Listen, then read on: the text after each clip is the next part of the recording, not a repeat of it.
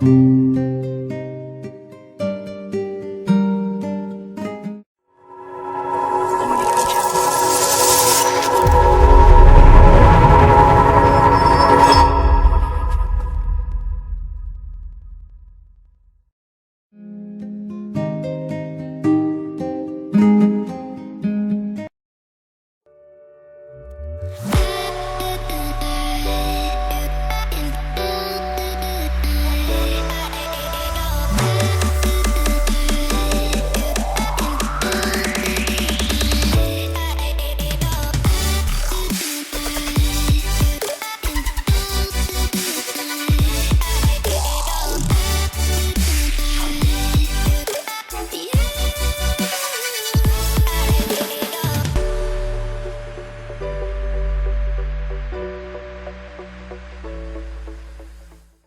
Evening class, let us start today's session. आज का session में हम लोग चैप्टर 4 ऑफ कंपनीज एक्ट चालू करेंगे। Chapter 4 of companies act,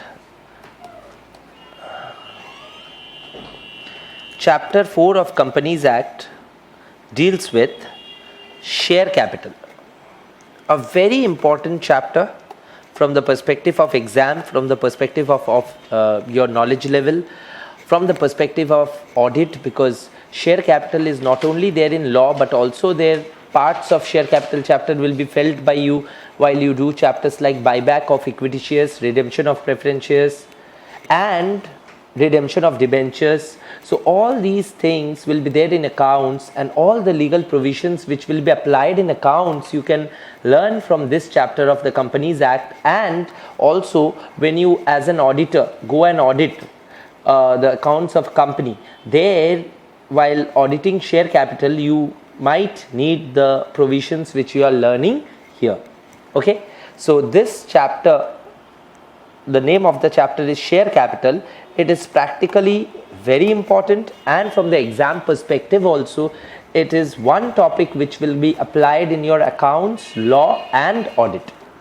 Okay, and you can learn it best in the law class itself, because all the legal provisions are directly part of our syllabus curriculum. Okay, so the sections, let's talk about the sections first. It will cover section 43 to section 72, almost 30 sections, exactly 30 sections to be precise. 43 से लेके 72 sections पूरा cover हो रहा है ये chapter में, ठीक है ना। अब मैं बताने वाला हूँ इनमें से आज लगभग 10-12 सेक्शंस हो जाएगा, नेक्स्ट डे 10-12 सेक्शंस हो जाएगा, और आखिरी दिन भी बाकी सेक्शंस हो जाएगा। तो लगभग 3 days का प्रोग्राम है। By end of this year and this month will be able to finish off this, and with the end of this chapter I'm just doing a small planning. Your Companies Act का major portion will be over. 3, 4, 5, 4 के बाद 5 कराने में आधा class ही लगेगा तो हो जाएगा। 3, 4, 5, 6, 7 पहले ही हो गया था and 10 हो गया था। So we'll be left with 1 to 8, 9. 1 to 8, 9 should not take more than,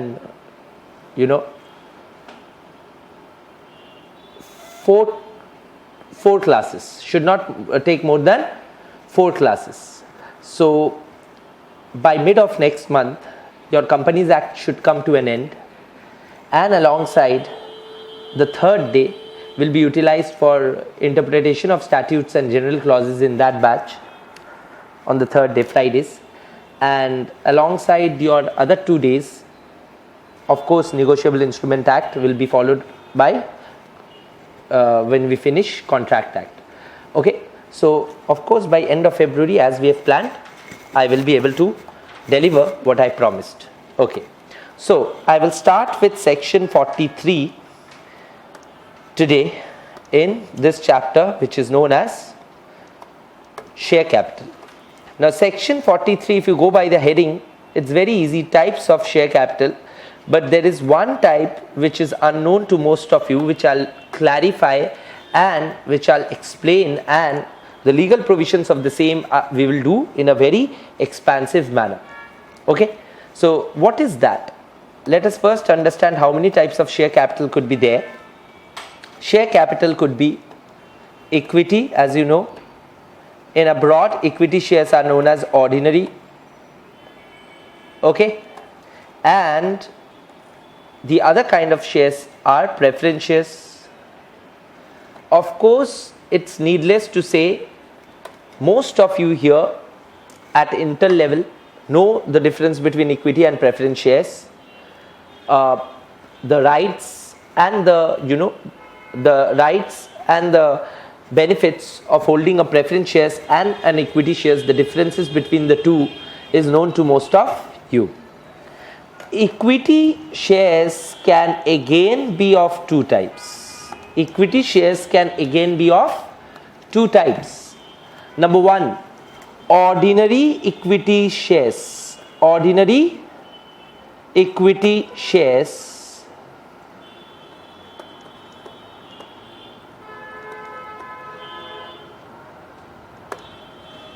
and shares with differential voting right. Differential voting rights. Now, the bone of contention of the study today is the shares with differential voting rights. We will talk about only shares with differential voting rights, or in short, like we like to say, DVR. So we will talk about shares with differential voting rights. Okay, now what are shares with differential voting rights and why do we issue such shares, and what are the benefits of issuing such shares? Let us talk about them. Okay, so differential voting rights, नाम सुन के ही पता चल रहा है कि voting rights एक है या अलग है? अलग है इन लोग का, ठीक है। ये कहीं पे भी सुनो, अकाउंट्स में सुनो, अभी भी सुनो, कॉन्सेप्ट क्लियर नहीं होता है जब इसके बारे में कहा नहीं जाता है। इसके बारे में वैसे तो कहा नहीं गया है एक्ट में, सेक्शन में, but it's my duty to introduce you what are they, since you don't know. Okay, now shareholders in any company, any shareholder has two kind of rights. Can you tell me what are those rights? One is right to receive dividend, the other one is voting rights. Dividend rights and voting rights are the universal twin rights of any shareholder in any company. Okay, now ये जो dividend right होता है, dividend मिलने का हक, ये अगर ordinary shares का बात किया जाए तो एक शेयर मतलब एक वोट, है ना? एक शेयर मतलब एक वोट। अब डिफरेंशियल वोटिंग राइट में अगर कोई शेयर्स इशू करे तो आपका एक शेयर या 10 शेयर्स अगर आप होल्ड करते हो तो 10 शेयर्स के बदले आपको एक वोट देने को मिलेगा। नाउ 10:1 और 1 vote per 10 shares held, this is not a ratio, this is not a given, this is a assumption. What I mean to say is the voting rights will differ. It could be 5:1, it could be 1:5, it could be 1:6, it could be 1:10, it could be 1:2, depends on what they are offering. Just like right shares and bonus shares, if you know, है ना? तो मैं क्या बोलने का कोशिश किया, मैं बोला ऑर्डिनरी इक्विटी शेयर्स अगर है तो एक शेयर मतलब एक वोट, बट अगर डिफरेंशियल वोटिंग राइट्स है तो एक शेयर में एक वोट नहीं मिलेगा, कमती वोट मिलेगा, less. So let's say it is 1 vote for every 10 shares. Okay, is it clear? V for vote, S for shares. Now you tell me, dividend अगर कंपनी डिक्लेयर करता है 10%, तो इन लोग को 10% मिलेगा। इन लोग को 10% तो मिलेगा ही, प्लस इन लोग सफर कर रहे हैं ऊपर वाला राइट में, तो इन लोग को कुछ एक्स्ट्रा इंक्रीमेंटल डिविडेंड भी देना चाहिए ना।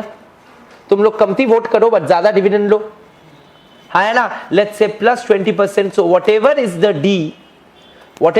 D they will get D plus some in extra %। Clear है? And this is differential voting rights for you. And who will subscribe to such shares? People who are interested in the income or in the ownership income, not in the decision making but in the income. मतलब जो लोग long term hold करके मालिक बनना नहीं चाहते वो लोग ये एंजॉय करेगा, हाँ है ना. जो लोग मालिक बनना चाहता ही नहीं, कभी भी छोड़ सकते हैं शेयर्स, वो लोग ये एंजॉय करेगा, हाँ है ना. सर डिफरेंशियल वोटिंग राइट्स क्या रियल लाइफ में कंपनीज इशू करते हैं? हाँ. रिसेंटली लास्ट 5 साल 10 साल में कोई कंपनी इशू किया? हाँ, future group, Tata. These are the companies who have come up with differential issues. Is it clear? पूरा क्लियर है? Take it.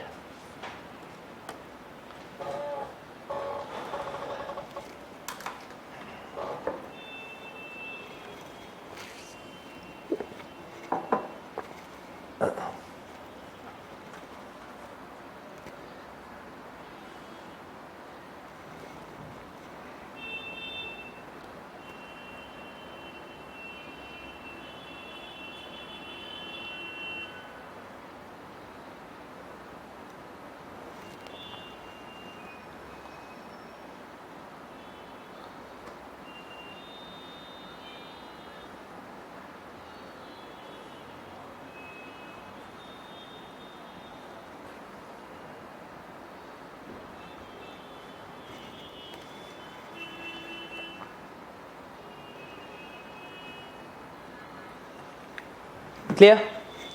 Is it clear? Okay. Now let us come to the slide for the first time. I will share the slide later today. If we see this chapter, I have summarized this chapter, and the chapter summary is something like this. Sorry. Okay, now I need to show you something which I have once stated. Some of the sections were excluded from the November 2019 exam from every chapter. The most number of sections excluded from a particular chapter was chapter 4, which we are doing, where from section 44, 45, 60, 65 and 72 were excluded from the syllabus exclusively through a notification. Now it didn't mention whether it will be applicable for May or not. Are you getting me? So there's an ambiguity. There's an ambiguity which still prevails. So, if we study it, there's no harm. They are very small and minor sections. If we study it, there's no harm. So, towards the end of the chapter, I'll cover this. In this presentation, they might not be there. Okay? Alright. Now, going forward, see, this is the thing which I had shown you. I had told you that there are two principal kinds of share capital. Okay, prior to this, I must show you the chapter summary once. Like I said, section 43 to 72. So there are, concepts related to shares are covered from 43 to 70, the bulk of the sections. And section 71 relates to debenture and not shares. And 72, which had been excluded, was power to nominate. Okay, share capital and debentures is the name of the chapter. That's why.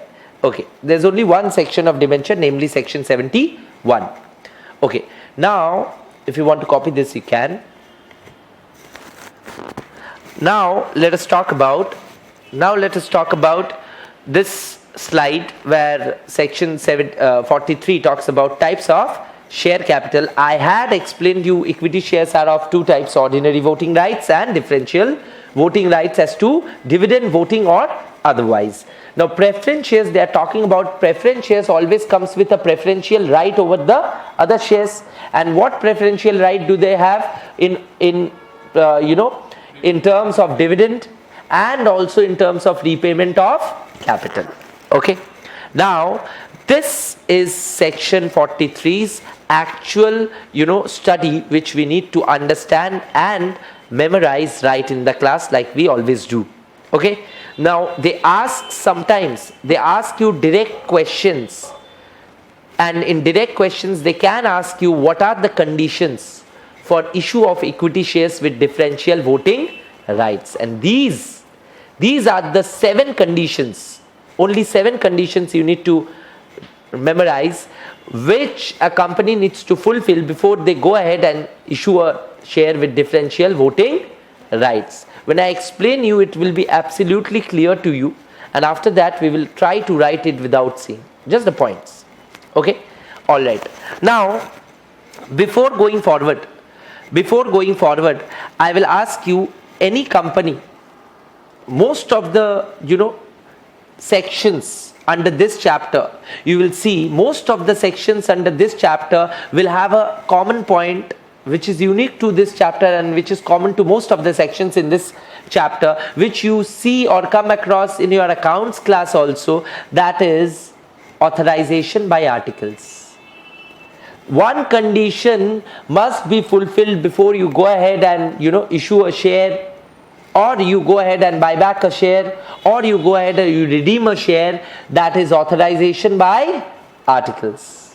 Okay, so this section 43 is no exception, and under section 43 also ये लोग कह रहे हैं कि articles of association से authority draw करना पड़ेगा company को. That means articles shall authorise the company to issue such shares. That means in the articles of the company it shall be prescribed और not prescribed. Prescribed. Is it clear?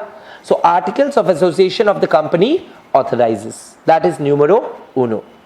Number 2, ordinary resolution. अच्छा, तुम लोग को लग रहा था, बहुत जन को लगता है कि सर इसमें तो स्पेशल रेजोल्यूशन चाहिए होगा, डिफरेंशियल वोटिंग राइट्स वाला शेयर्स इशू कर रहे हैं. अच्छा बोलो ना, डिफरेंशियल वोटिंग राइट्स में क्या ज्यादा मजा मिलेगा या कम? कम. बिकॉज वोटिंग ही तो मालिकाना का असली रूप होता है. मालिकाना कैन बी एक्सर्टेड और ownership can be established only through voting और डिविडेंड. वोटिंग, तुम वोट करके तो डिविडेंड कितना दोगे? तुम तो वोट करोगे. वो dividend is dependent on your voting. Think of it. Are you getting me? So ordinary resolution is good enough because यहाँ पे तो तुम एक inferior right वाला shares issue कर रहे हो. ऐसे सोचो. मेरा बात समझ में आ रहा है? बहुत लोग को लगता है differential voting right वाला shares issue कर रहे हैं तो special resolution होना चाहिए. मैं बोलता हूँ अरे ये तो inferior right वाला shares है. inferior right वाला shares issue करने के लिए special क्यों? Ordinary. So it's a special case.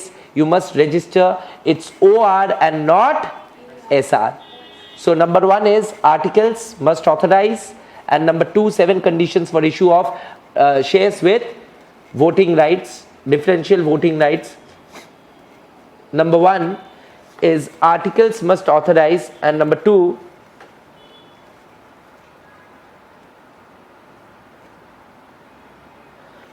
is ordinary resolution must be passed. Now they have talked about a particular thing which we have seen in types of voting while doing chapter 7 also. If you recall, voting by postal ballot याद होगा आप लोग को, और वहां पे भी हम लोग 10 केसेस जहां पे पोस्टल बैलेट होता है पढ़े थे, और वहां पे एक केस था सेक्शन 43 के तहत अगर शेयर्स इशू कर रहे हैं तो आपको पोस्टल बैलेट लगेगा. लिस्टेड कंपनीज को क्या लगेगा? Postal ballot. तो वही बोला जा रहा है कि लिस्टेड अगर है आपका कंपनी का security on a recognised stock exchange, then you will have to pass this OR through what? Postal ballot, so that everyone gets a chance to participate. Silently you can not. Are you getting me? Are you getting me? Is it clear? Okay. Now this is a very important fact. ऐसा shares total paid up share capital का कितना percentage हो पाएगा companies act वो भी limit कर दे रहा है और बोल रहा है कि 26%. कितना? 26%. तो कंडीशन नंबर 3 वही बोल रहा है कि shall not exceed 26% of the total post issue equity share capital, PUSC, that is paid up equity share capital. Clear? So what are the first 3 conditions without seeing? Articles of the company must authorize. Number 2, ordinary resolution must be passed at a general meeting. If it's a listed company, then postal ballot, or shall be passed through postal ballot. And the third condition is shall not exceed 26 total. No, you have to say it this way. Post issue of such shares total, percentage of such shares shall not exceed 26% of the total paid up equity share capital. Okay. Now, before doing the fourth one, let me once again make you think in the right direction first. Tell me, if you are a company which is making losses, differential voting rights में dividend ज़्यादा रहेगा, dividends will be more, yes or no? So differential voting rights वाला shares में अगर dividend ज़्यादा है तो dividend तो आपको देना पड़ेगा. अगर आप लॉस मेकिंग कंपनी हो और आप क्लेम कर रहे हो कि आप डिविडेंड ज़्यादा दोगे, क्या ये जायज़ है? नहीं ना, बिल्कुल नहीं, क्योंकि आप तो झूठ बोल रहे हो. फिर आप लास्ट 5 साल लगातार लॉस किए हो और आप बोल रहे हो कि डिविडेंड जो है उससे दुगना आप दोगे, यानी कि आप डिफरेंशियल वोटिंग राइट्स इशू करोगे, कमती वोटिंग और ज़्यादा डिविडेंड. ये कैसा बात हो गया? तो चौथा condition is a control so that loss making companies shall not be eligible to issue such shares. That's why read the fourth point, it will make absolute sense to you now. Consistent, लगातार consistent track record of distributable profits in the last 3 years at least. मतलब लगातार last 3 साल में profit ही हुआ है. एक भी साल में अगर लास्ट 3 साल में लॉस आया है तो that is not consistent track records and such a company will be debarred and disqualified from issuing such shares. Is it clear? Is it absolutely clear? Okay. अच्छा, लास्ट 3 पॉइंट्स जो है ना, default related point है. Companies act, अभी आगे जाके और भी पढ़ने वाले हो ऐसा सेक्शन. जो कंपनीज डिफॉल्टर है in terms of filing returns with MCA, in terms of repayment of matured deposits to the public, repayment of debenture, in terms of payment of interest on debenture, in terms of defaulter, in terms of payment of dividend. The Companies Act 2013 punishes such companies in manifold ways. One of the ways is they will not let you issue such shares if you are a defaulter company. Are you getting me?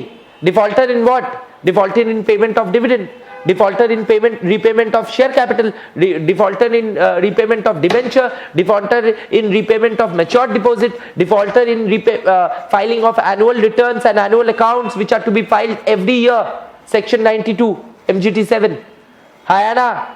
तो ये सारा चीज का defaulter अगर आप हो तो आपको मना कर रहे from issuing such shares. Alongside other चीजों में भी है ना.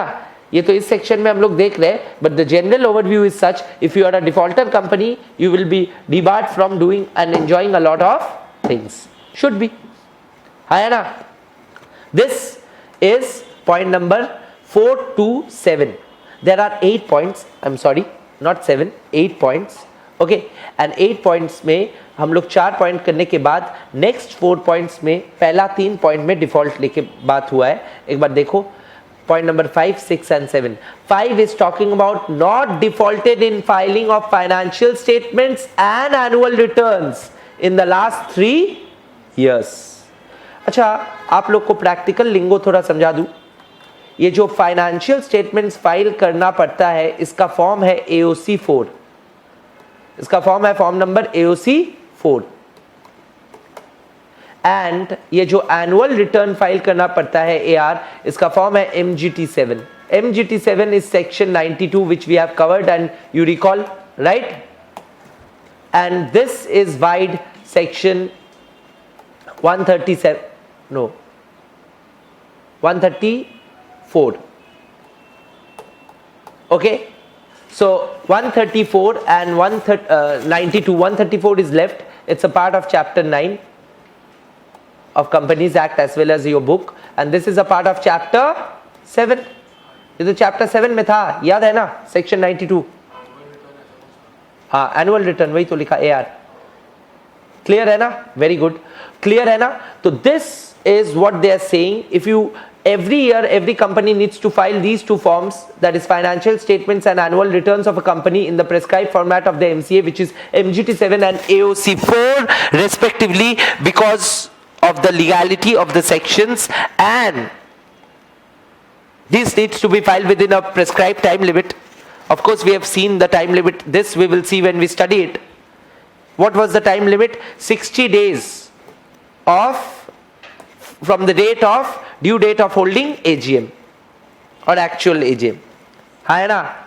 So the idea is, अगर ये दोनों चीज में आप डिफॉल्टर हो तो फिर, अच्छा ये डिफॉल्ट भी लास्ट 3 साल है ना, तो फिर आप नहीं इशू कर सकते हो DVR.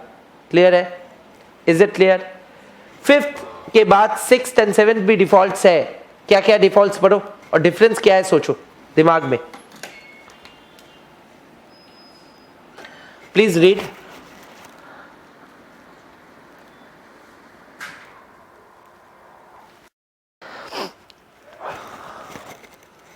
Please read the point number 5, 6 and 7.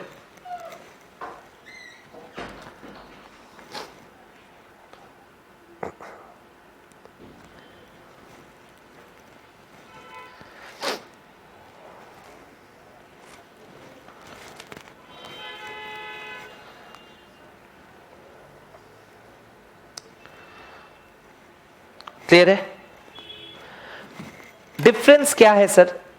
Difference कुछ ऐसा है कि अगर बात करें अपने पहला डिफॉल्ट बोल रहे हैं सबसिस्टिंग डिफॉल्ट. लैंग्वेज इंपॉर्टेंट है, इंग्लिश लैंग्वेज. सबसिस्टिंग मतलब आज तक चल रहे. एग्जिस्टिंग अभी तक एग्जिस्ट करता है, उसको हम लोग क्या बोलते हैं? सबसिस्टिंग. ठीक है ना? No subsisting default in the payment of declared dividend. यानी कि डिविडेंड डिक्लेयर करने के बाद, dividend chapter is chapter 8, very small chapter. यानी कि एक कंपनी डिविडेंड डिक्लेयर करने के बाद उसको आवश्यकता है कि 30 दिन के अंदर डिक्लेरेशन ऑफ डिविडेंड, वो तो एजीएम में ही होता है, यानी कि एजीएम से 30 दिन के अंदर अंदर डिविडेंड का चेक पहुंच जाना चाहिए या ट्रांसफर हो जाना चाहिए बैंक अकाउंट्स पे. अगर नहीं हो, it's a default. And if that default continues, then that default is a subsisting default. Are you getting me? Okay, sir. Sir, no subsisting default in the payment of declared dividend to its shareholders or repayment of its matured deposits. What are matured deposits? We are going to see in chapter 5. इसके बाद वाला chapter जो सबसे छोटा chapter है 73 से लेके 76. याद करो, चार्जेस चैप्टर 6 था, सेक्शन 77 से 87. याद करो चैप्टर 7 जो कि था मैनेजमेंट एंड एडमिनिस्ट्रेशन, यानी कि 88 से 121 टू नहीं किए थे, 122 सॉरी, करेक्ट. एंड डिविडेंड 123 से 127. एंड डिविडेंड के बाद चैप्टर 9 इज 128 से 138. एंड सेक्शन 139 से 148 इस चैप्टर 10 जो हो गया है. क्लियर है? तो देखो ये क्यों बोला, एक बार याद आ गया. अब ये लोग बोल रहे हैं कि मैच्योर्ड डिपॉजिट, डिक्लेयर्ड डिविडेंड, फिर देखो मैं बोल्ड करके रखा रिडेम्पशन ऑफ प्रेफरेंस शेयर्स और डिबेंचर्स सेम, या फिर payment of interest on such deposit और डिबेंचर्स, और payment of dividend on such what preference shares. Are you getting me? ये सबसिस्टिंग डिफॉल्ट अगर है तो तुमको करने नहीं देगा इशू सच शेयर्स. नेक्स्ट वाला डिफॉल्ट है, बट यहां पे डिफॉल्ट दूसरे चीज का लिखा है, हैज नॉट डिफॉल्टेड. अच्छा, सबसिस्टिंग रहेगा तो लास्ट 3 इयर्स बोलेगा? नहीं, ऑफ कोर्स नहीं, लॉजिकल है. Has not defaulted in payment of dividend on preference shares और repayment of any term loan. Term loan के बारे में ऊपर नहीं था. टर्म लोन फ्रॉम पीएफआई और स्टेट लेवल फाइनेंशियल इंस्टीट्यूशन और शेड्यूल बैंक. तो 3 डिफॉल्ट पूरा क्लियर है. लास्टली बोला है कि तुम्हारा कंपनी अगर कोई कोर्ट में कन्विक्टेड हुआ of doing in the last 3 years under any of these acts, then also you will be penalized by way of not being allowed to issue such shares. देखो last point क्या बोला, has not been penalized by a court or tribunal during last 3 years of any offense, कोई भी offense under such and such acts. क्या क्या acts? RBI, FEMA, SEBI, SCRA. SCRA का full form होता है Securities Control Regulation Act, ठीक है, and तुम्हारा FEMA का full form होता है Foreign Exchange Management Act. SEBI of course you know the full form, and RBI also you know the full form, ठीक है ना. तो securities contract and regulation act, sorry control बोल दिया था शायद. तो ये जो है, these are the 8 conditions which are to be met और fulfilled before issue of such shares. Go through them one very neutrally and then write them. Please do it now.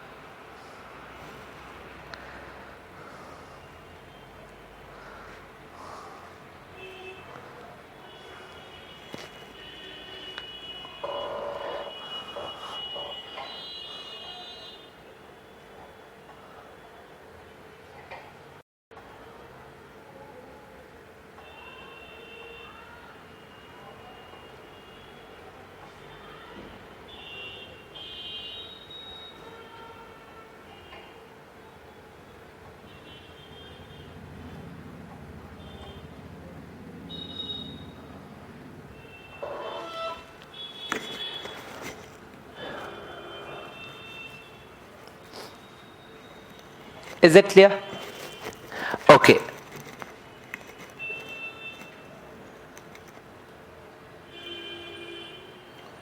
Okay. लिख लिए ना, देख के ना, देख के. Number 1, it must be authorized by the. Number 2, which resolution? Very good. And in case it's a listed company, by postal ballot. Okay, number 3. It should not exceed 26% of POSC. Very good. The after post issue of such share, the total paid up equity share capital में इसका 26% से अधिक percentage नहीं होना चाहिए. Okay. Number 4. Consistent track record of profits in the last 3 years. 4 points done. Next 4 to go. Next 4 में क्या है? पहला 3 डिफॉल्ट है, लास्ट वाला penalty, convicted of any offense under any of the acts, 4 acts. Okay. नहीं, पहला 4 point serially. Number 1, no default in filing of. Number 1, annual return. Number 2, annual accounts, financial statements. Okay. In the last 3 FY, ये भी last 3 FY था. बाकी 2 क्या था? No default, no subsisting default. Excellent. In the repayment of what? In the payment of declared dividends or Declared dividends, in the repayment of debentures or preference shares or matured deposits or interest on the same, and no default in the in the payment of dividends to preference shares and repayment of term loan from such scheduled banks or financial institutions. Clear hai? And last point was, it must not be convicted of or penalized by a court or tribunal in the last 3 years of any offense under RBI, SEBI, SECRA and FEMA or any other special act. Is it clear? Is it clear? Okay. आगे बढ़ेंगे. Section 44 and 5 अगर तुम वैसे सोचो तो नहीं था, but 45 में रख दिया क्योंकि वो समझने के लिए 46 एक साथ काम में लगता है. Okay, now what are they saying? Let me first summarise and give you the idea, then we will see. It's a small section. अभी से most of the sections will be small. 43 was the big section in this portion.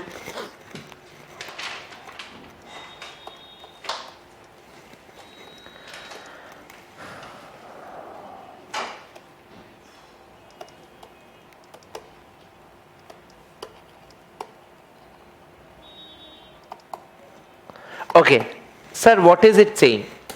It is saying that share certificate now share certificate क्या है, मैं थोड़ा idea लेके बोलूं जाके आप लोग समझ पाओ और you can comprehend what are we talking about. We are talking about एक कागज का टुकड़ा, एक सर्टिफिकेट जिसको हम लोग कहते हैं शेयर सर्टिफिकेट, जिसका फॉर्मेट है form number SH1. SH stands for share and not Sherlock Holmes. Okay, now form SH1 prescribes share certificate का फॉर्मेट, एंड कोई भी कंपनी अगर आपको शेयर सर्टिफिकेट इशू करता है तो फॉर्म SH1 में ही इशू करेगा. यह एक बेसिक बैकग्राउंड.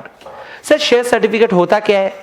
हम लोग सीए फाउंडेशन में भी ये टर्म का जिक्र किए थे, documents of title, document showing title में.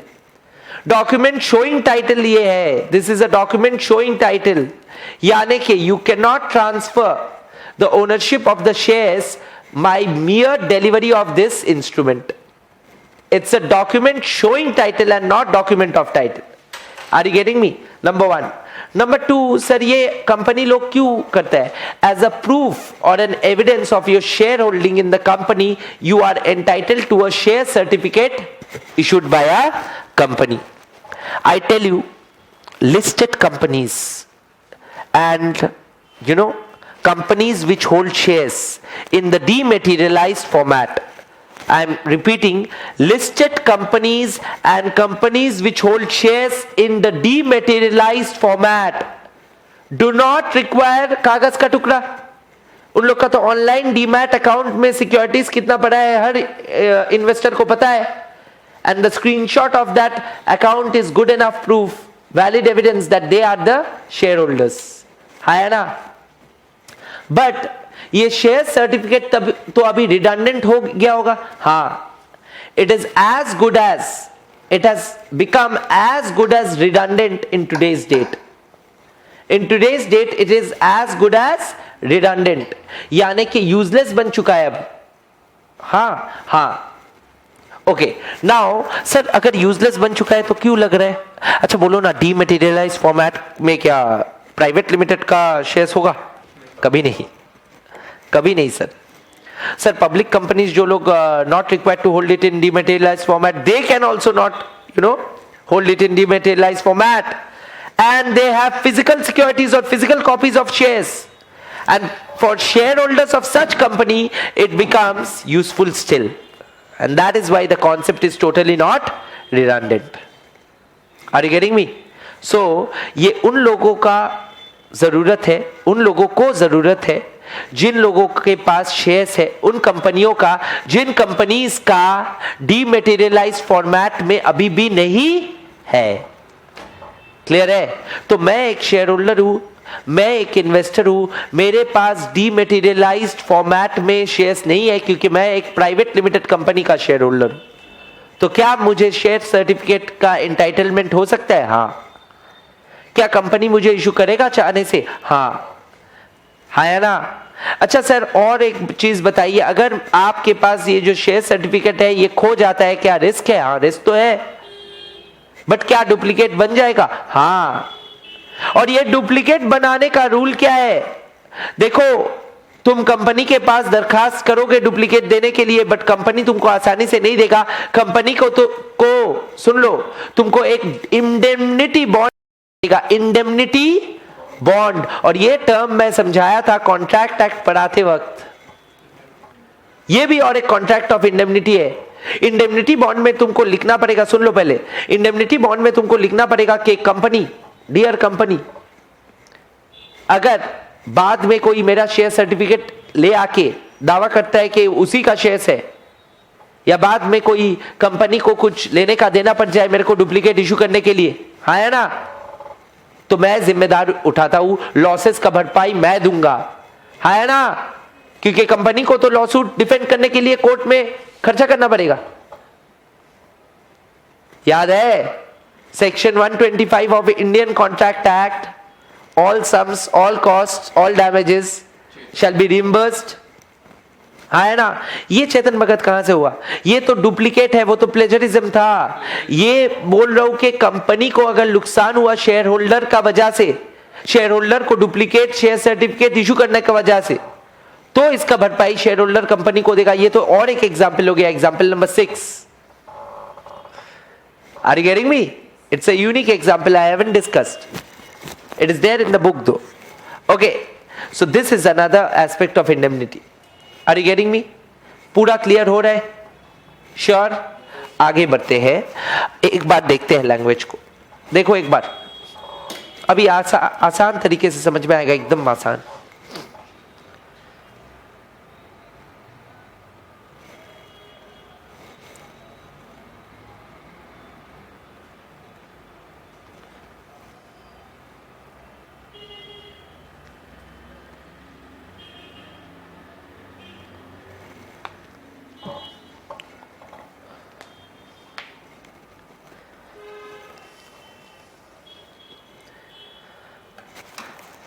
Physical entitlement to a particular portion of a share capital is prima facie evidence by way of share certificate. Of course, it's a proof of your title. It's a proof of title. It's a document showing title. Document showing titles are always proof of title, and this was first explained to you if you have done my classes at foundation level and Sale of Goods Act. Two types of documents: documents of title, document showing title, and document showing title is the proof of the title, and document of title is proof of possession. Very good. And document of title में बहुत सारा examples था, bill of lading वगैरह, Werfinger certificate, but share certificate was the lota example for document showing title. Now you connect the dots. Okay. ना देखो, ये distinctively numbered होना पड़ेगा, वो तो नेचुरल है, कंपनी इशू करेगा तो ऑर्गेनाइज्ड होना पड़ेगा. And to be issued under the common seal of the company और साइंड बाय 2 directors और by a director and a CS wherever the company has appointed a CS. Very important. 2 directors का sign करना पड़ेगा, and या फिर एक director and CS का sign करवाना पड़ेगा जहां पे सीएस है. इन केस रिक्वायर्ड, अगर आप खो गए, आपका शेयर सर्टिफिकेट खो गया है, duplicate could be issued post necessary compliance and investigations. इतना आसान नहीं है, इसीलिए तो बोला the aforesaid requirements are not there in case of dematerialized shares और shares held in electronic format with any depository. Clear है? Is it clear? सारा चीज पता है ना? Okay, can we move ahead? Okay, alright. Now, section 47 and 48.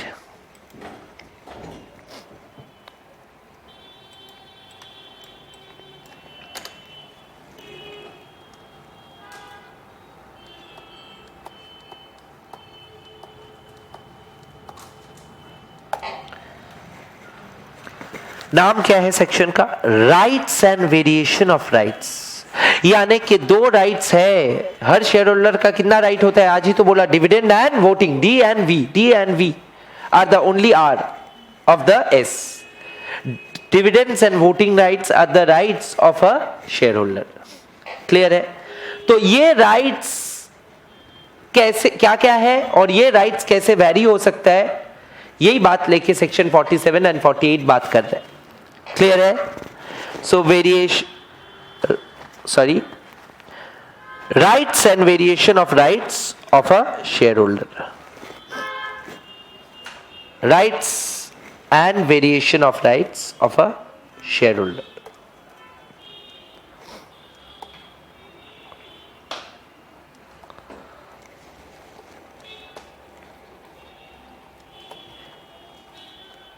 Focus बहुत अच्छे से देखना.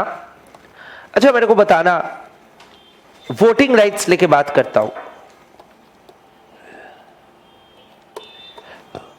डिविडेंड राइट्स भी एक ही बात करूंगा, पहले वोटिंग राइट्स लेके बात कर रहा हूं. अगर आप पेड अप शेयर कैपिटल आपका है 10 और आपका है 8, क्या आप दोनों को इक्वल वोटिंग राइट मिलना चाहिए या as in proportion to the paid up share capital? This buddhi which you are originating, or this idea which you are forming is absolutely correct, because accounts का idea है, इसीलिए मैं बोला ये chapter से ही accounts बनता है ना? तो यही है section 47 का कहना और 48 का कहना. In a very nutshell, I am trying to give you the blueprint of the idea which these 2 sections are talking about. Let us see and read and understand what they are saying. Voting right of a member holding equity share capital and voting right of a member holding preference share capital and proportion of voting rights. अच्छा, ये जो most of the things ये slide में लिखा है आप लोग को पहले से पता है, एक बार पढ़ने से ही समझ में आ जाएगा.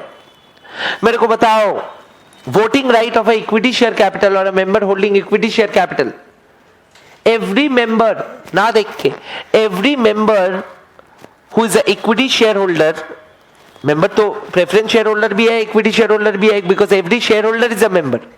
Now every member holding a equity share capital shall have right to vote on every matter placed on the general meeting. Yes or no? Every matter placed before the company, every equity shareholder has a right to vote on such matter, and his voting right on a poll shall be proportion to the number of shares held by him or not. Not only number of shares, now you know a better thing, paid up equity share capital. वही लिखा है, देखो point number 1, bullet number 1, section 47. Every member होगा, every member shall have right, और every member holding a equity share shall have right to vote on every resolution placed before the company. Yes और no? हाँ या ना? And that shall be in proportion to the paid up share capital, paid up equity share capital. Is it clear? Okay, number 2. अब मेरे को बताओ, पढ़ने का दरकार नहीं है, सुन लो पहले. ये तुम लोग को ऑफकोर्स पता नहीं, अकाउंट्स में इतना डेप्थ में नहीं बोला जाता है. अगर बोला जाता है तो बोल सकते हो, या पता है तो बोल सकते हो, that is more important. Preference share holders का क्या क्या चीज में वोट करने का राइट है? ऑफकोर्स अकाउंट्स का बाहर है ये law. Matters which affects the right of the preference share holders, I give it to you, fine tuning. Matters which affects, जो मेरा अधिकार को अफेक्ट करेगा, प्रेफरेंस डिविडेंड घटा देगा कंपनी, तो मेरे को बुलाना पड़ेगा ना, है ना? Matters which affect the rights of the preference share holders, वो मैटर्स में मेरे को डायरेक्टली जो अफेक्ट करेगा मेरा राइट्स को, वो मुद्दे पे मेरे को बात करने का हक है या नहीं है? बात क्या सर, आप वोट करेंगे वही मैटर में, है ना? ओके, रेजोल्यूशन जो वाइंडिंग अप के लिए होगा, कंपनी को वाइंडिंग अप करने के लिए, उसमें प्रेफरेंस वाले भी इक्वली इंपॉर्टेंट है एज मच एज इक्विटी वाले. कंपनी तो सबका है. और लास्टली, अगर बायबैक का बात हो, sorry, repayment of preference shares का बात हो, redemption of preference shares, repayment, या फिर reduction of equity share capital हो, ये पढ़ेंगे कैपिटल रिडक्शन, तो फिर उसका उसका जो paid up preference share capital का पोर्शन है, प्रोपोर्शन टू दैट ही can vote, in proportion to that. Clear है? Is it clear? सो पढ़ो नेक्स्ट बुलेट, अभी समझ में आएगा.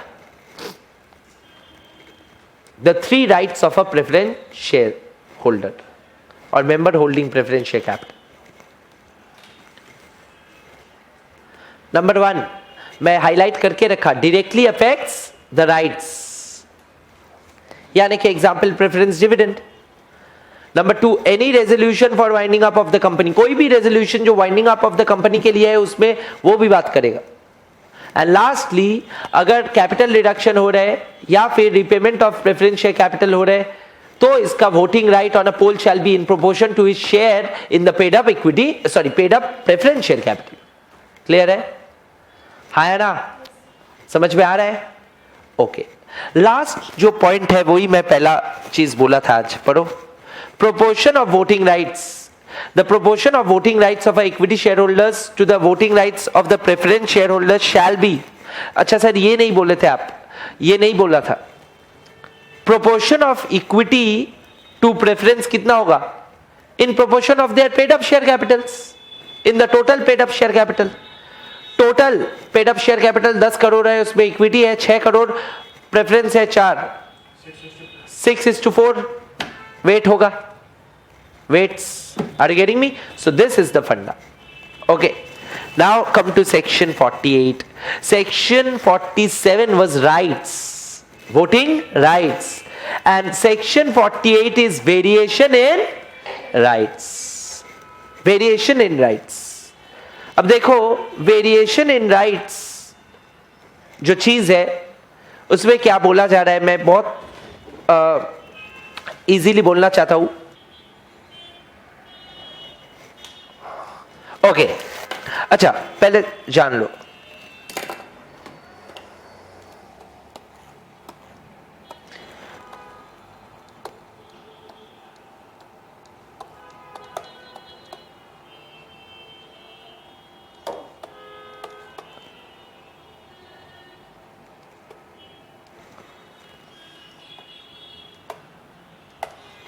ओके, नाउ ये क्या बोल रहा है? ये बोल रहा है कि आज अगर कोई भी शेयर होल्डर का हक को वैरी कराना चाहते हो, ऑल्टर कराना चाहते हो, तो क्या करना पड़ेगा? पहला चीज आपको क्या लगता है, क्या रेजोल्यूशन पास होगा, स्पेशल या normal? Special.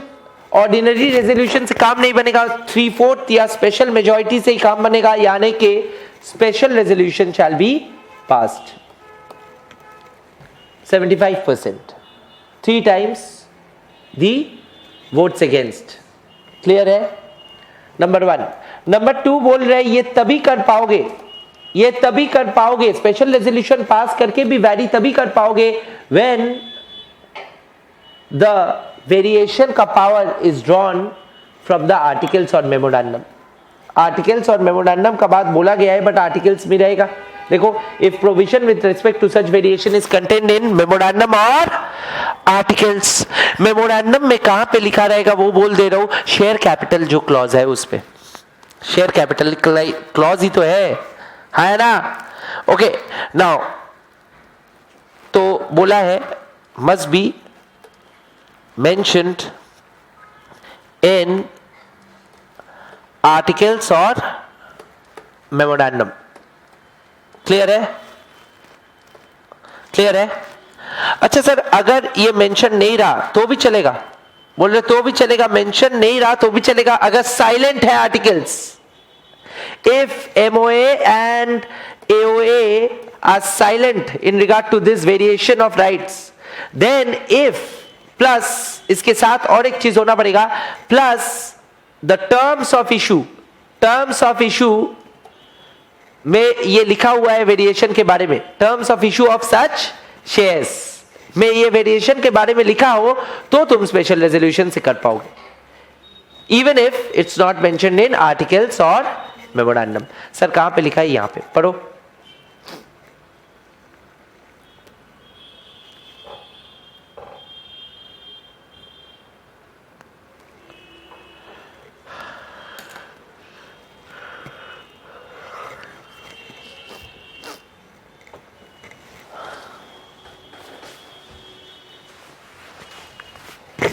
Cold. Now in 10 minutes I'll feel hot again. So warm.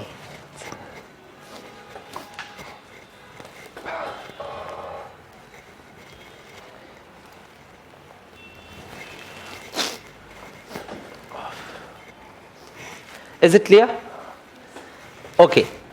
Now let us continue with the next section, which is section 49, 50 and 51.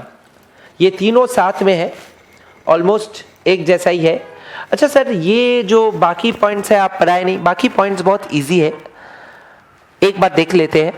ऊपर बोल रहे कि no consent for variation where, ऐसा हो सकता है वेर होल्डर्स 25% अगर ना बोला, 75% हाँ बोला, तब भी तो पास हो जाएगा वेरिएशन.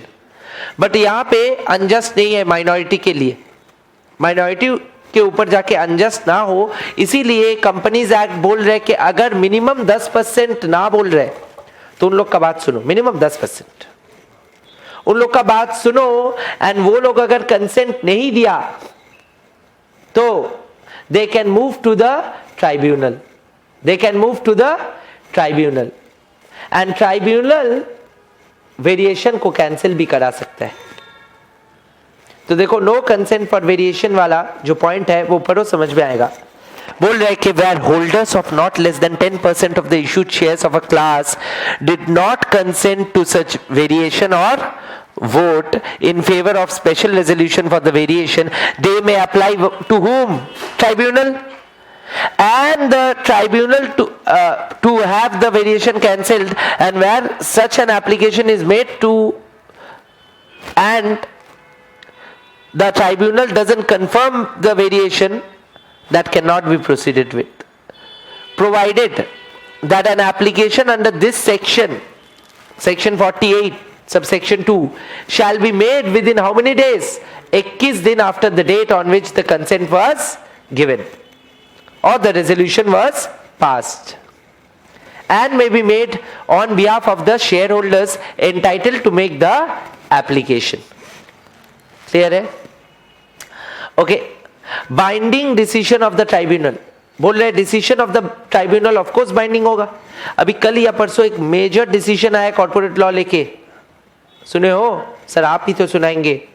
हाँ, टाटा का जो चेयरमैन था, टाटा का जो चेयरमैन था रतन टाटा के इमीडिएट बाद, वो था mister Cyrus mystery.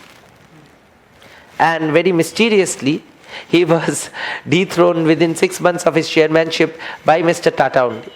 Something happened and someone else was put, Chandrasekhar ya Mr. someone, and after that tribunal में matter गया. Mr. Mistry filed a lawsuit in the NCLT and NCLT अभी 2 दिन पहले ruling दिया and his chairmanship was reinstated. So Mr. Mistry is back as the chairman of the Tata Group. Okay, so this is tribunal and tribunal का जो order है ये binding होगा या नहीं होगा? वो तो ऐसे भी होगा, आप लोग को तो पता ही है. तो वही बोला binding decision of the tribunal. The decision of the tribunal on any application shall be binding or not binding? Binding, मानना ही पड़ेगा. Filing copy of order of the registrar. The company shall within 30 days, ये जो date of order आ गया, ये याद रखना, कोई भी ऑर्डर अगर ट्राइब्यूनल देता है कंपनी के खिलाफ या अगेंस्ट या फेवर में, हमेशा ये ऑर्डर कंपनी को रजिस्ट्रार के पास देना पड़ेगा. हाँ, रजिस्ट्रार के पास जो भी हम लोग देते हैं कितने दिन के अंदर देते हैं? 30. तो वही लिखा है देखो, filing copy of the order with registrar within 30 days. No big deal. तो मैं बोला ना आसान है. एंड लास्ट पॉइंट क्या बोला? अगर डिफॉल्ट हुआ तो फाइन कितना है? पढ़ लो, पढ़ लो, हाईलाइट द फाइन. 25,000 से लेके 5 लाख और every officer in default jail भी जाएगा अप टू 6 months और फाइन देगा 25 से 5 लाख और बोथ. क्लियर है? यहां पे ऑफिसर एंड कंपनी का डिफॉल्ट का जो फाइन है सेम है, बिकॉज यहां पे ऑफिसर भी तो डिफॉल्ट किया. क्यों किया? हाँ या ना? तो this is section 48. Now let's talk about, मैं बोला ना 49, 50 and 51 are serially there and they are very easy. Let us talk about it. I will show you that through 2 diagrams and through 2 charts, and then we will read it and we will go ahead to 52, 53, 54. Today if we can achieve till 54, that's good enough. पहला मैं बोला ना 10-11 sections, 43 से 54, 55 is 10-11, 10-12. Okay, section 49 to 51. मैं accounts के साथ मैं पहले ही बोला था बहुत सिमिलैरिटी है इस चैप्टर का. देखो कितना कंफर्टेबल लगेगा. तुम लोग अभी बहुत बात करोगे क्योंकि तुम लोग को ये सब पता है. बोलो, कॉल इन अरियर सुने हो ना?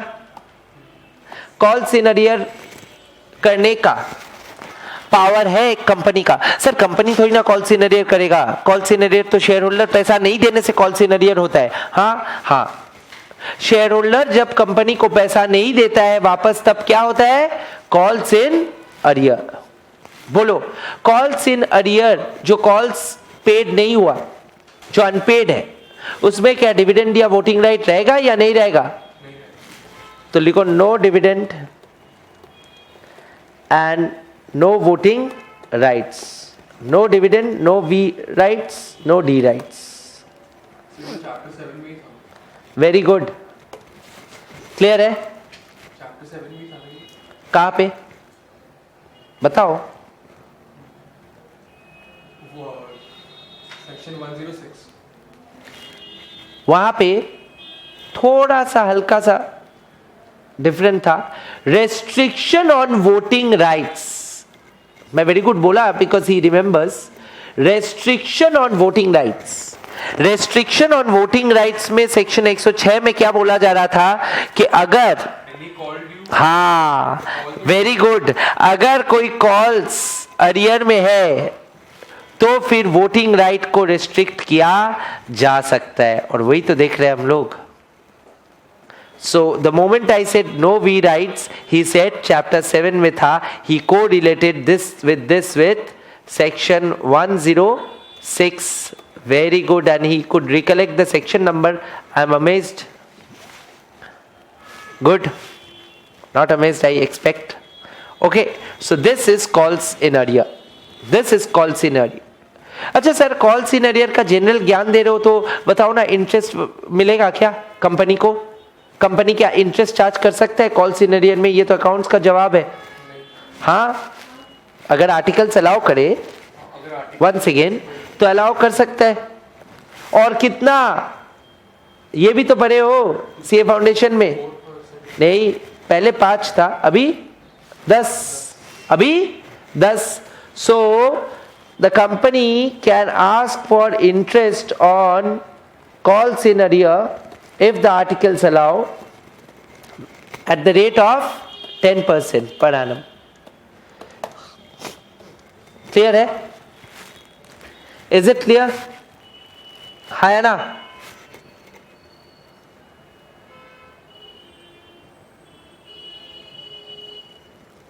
Is it clear?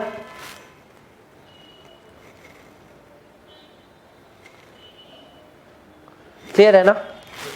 ओके, अच्छा बोलो, अगर कॉल्स इन एडवांस का बात किया जाए, कॉल्स इन एडवांस का मतलब क्या है? कॉल्स इन एडवांस का मतलब है आप शेयर होल्डर हो, आप कंपनी को पहले ही सारा पैसा दे दिए, कंपनी कॉल किया ही नहीं, बहुत ज्यादा पैसा है आपका पॉकेट में, चल रहे हो तो गिर जा रहा है, पॉकेट में रख नहीं पा रहे हो तो आप कंपनी को जाके बोले रख ले भाई, तेरे को तो मिलेगा, एडवांस में रख लो। कॉल्स इन एडवांस, तो कॉल्स इन एडवांस में क्या ज्यादा पैसे का ज्यादा डिविडेंड मिलेगा? No D rights. Once again, ज्यादा वोट करने को मिलेगा तो फिर तो सभी देगा। No V rights on the extra, है ना? एंड लास्टली मेरे को बताना, इंटरेस्ट क्या मिलेगा शेयर होल्डर को? हाँ, interest on calls in advance भी मिलेगा, provided it is authorised bye articles at the rate of 12%। ये पहले 6% था और ये पहले 5% था, अभी डबल हो गया, इन्फ्लेशन हो रहा है ना बहुत ज्यादा। हाँ, क्लियर है? Is it clear boys and girls? Clear? Okay, now मैं एक नॉर्मल सम नहीं, न्यूमेरिकल एग्जाम्पल ले रहा हूं। Let's say face value of equity shares is ₹10, ठीक है ना? Company declares dividend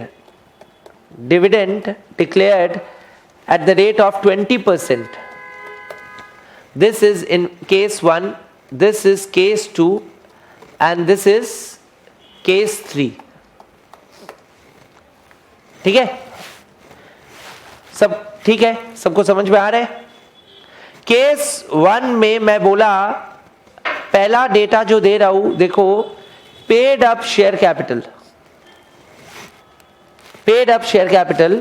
in case 1 is ₹7. हाँ, फुल्ली कॉल्ड अप है। नंबर 2 में है, नहीं सॉरी मैं गलत बोला, ₹7 कॉल्ड अप ₹7 ही पकड़ लो। तो ये फुल्ली पेड अप है, हाँ या ना? केस 2 में it is 10 and case 3 में it is 5. Can you tell me the dividend amount in the 3 cases? That is right of dividend, section 49, 50 and 51. Accounts. Sir 2 rupees उसको लास्ट वाले को मिलेगा. इतना हड़बड़ी में मत दीजिए जवाब. परिश्मिता, आप भी रिव्यू कर लो. मैं जब बोल रहा हूँ रिव्यू करने, एक बार रिव्यू कर लो, मतलब होगा. हड़बड़ी में गड़बड़ी होता है. थर्ड वाले को तो मिलेगा. नहीं, पहला 2 वाला रिव्यू करो पहले. Don't go fast.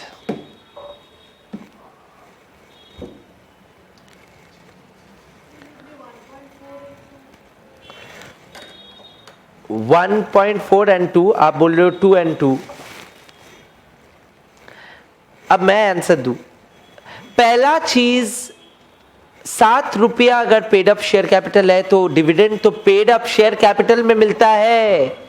अकाउंट्स में तुम लोग को बोला जाता है face value. Face value, face value क्यों बोला जाता है? क्योंकि फेस वैल्यू पे ले, क्योंकि फुल्ली पेड अप है बैलेंस शीट में सारा शेयर. जब पार्टली पेड अप है फेस वैल्यू में लेके दिखाओ, 0 मिलेगा. इसलिए knowledge of law must be there. तो actually dividend is paid on paid up value. Paid up value. तो पेड अप अगर 7 रुपया है तो 7 रुपया का 20% होता है 1 रुपया 40 पैसा, 1.4 रुपीज. सो 1.4 तो मिलेगा ही. अच्छा, अभी तो तुम लोग को पढ़ाया, क्या कॉल्स इन एडवांस में डिविडेंड मिलेगा या नहीं मिलेगा? नो डिविडेंड राइट्स है ना. So just a moment, visually just let's check without writing. 10 में भी 1.4 ही मिलेगा. ₹3, the excess portion can qualify for an interest if allowed by the articles. समझ में आया? इसलिए बोला हड़बड़ी में गड़बड़ी. दोनों में 1.4 आंसर होगा, not 2. बट केस 3 का बताओ. Let's talk about it.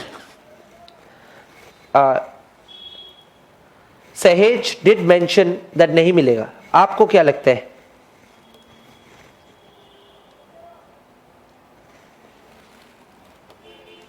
The dividend is given on paid up share capital. Right. So if we go by that way, then 5 रुपया का मिलना चाहिए. Right. But then he has not fully paid. Excellent. So sir 5 रुपया में dividend उसको मिलना चाहिए 1 रुपया 20%. He shall be entitled to a dividend of ₹1. But then again हम लोग सेक्शन 106 में भी पढ़े थे और अभी भी पढ़ रहे. सेक्शन 106 में तो सर वोटिंग राइट, हाँ अभी पढ़ेंगे 49, 50, 51. उसका जो एक्स्ट्रा पैसा कंपनी को उससे मिलेगा ना 2 रुपया, company will set it of और बोलेगा तेरे से तो 2 रुपया हम लोग को मिलता है, तेरे को 1 रुपया क्यों दूं, तू रादर 1 रुपया दे. बात समझे? तो यही होने वाला है. His dividend will be set off against the unpaid portion of the called up capital. Are you getting me? Are you getting me? So he should have been entitled to ₹1, but since he hasn't paid ₹2 to the company on his share capital, he shall be his dividend entitlement shall be set off against his unpaid share capital. लिख लो third में, no dividend or 0 as his dividend entitlement, as his dividend entitlement of ₹1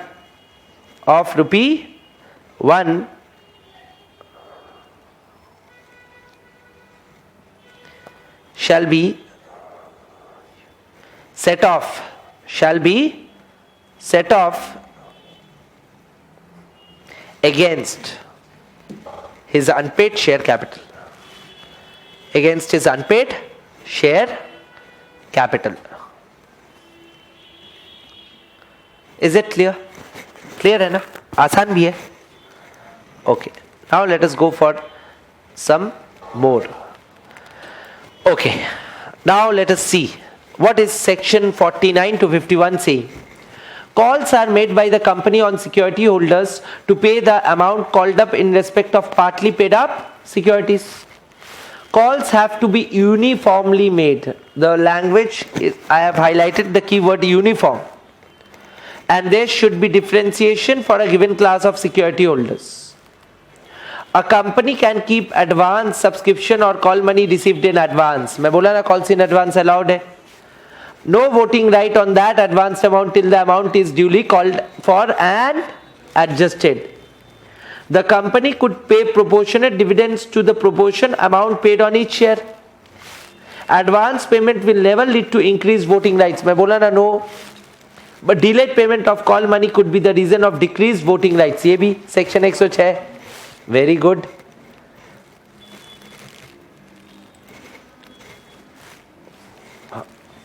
Now let us come to section 52 से 54. We will do till 54 today and 55 से कल start करेंगे. उसका कारण है कल मतलब next class.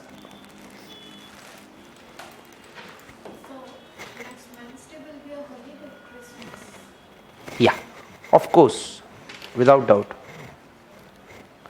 बंद ही रहेगा. Wednesday is Christmas. I forgot. 25th. 25th holiday.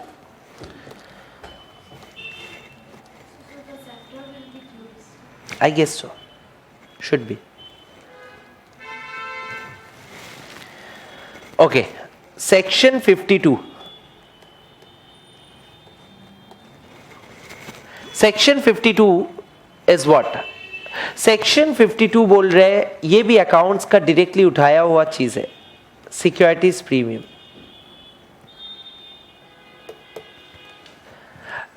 हम लोग जब इशू करते हैं कोई भी security over and above its face value, company can, and that power is given to a company wide section 52. And not only that, the Companies Act Companies Act 2013 asks the company to use its security premium account. Securities premium account कैसे use करेगा ये भी बोल दे रहे हैं. और बोल रहे हैं कि कोई भी ये पांच चीज जो मैं बोलने वाला हूं, ये पांच चीज बोला सेक्शन 52 और बोला कि सिक्योरिटीज प्रीमियम को ये पांच में से कोई भी एक चीज या एक साथ यूज कर सकते हो. इसके अलावा सिक्योरिटीज प्रीमियम को तुम टच नहीं कर पाओगे. It is an untouchable. अछूत है. क्लियर है? So what are the 5 things? Let us see. P P B B C. Sir P P B B C. हाँ हाँ. P for preliminary expenses. Very good.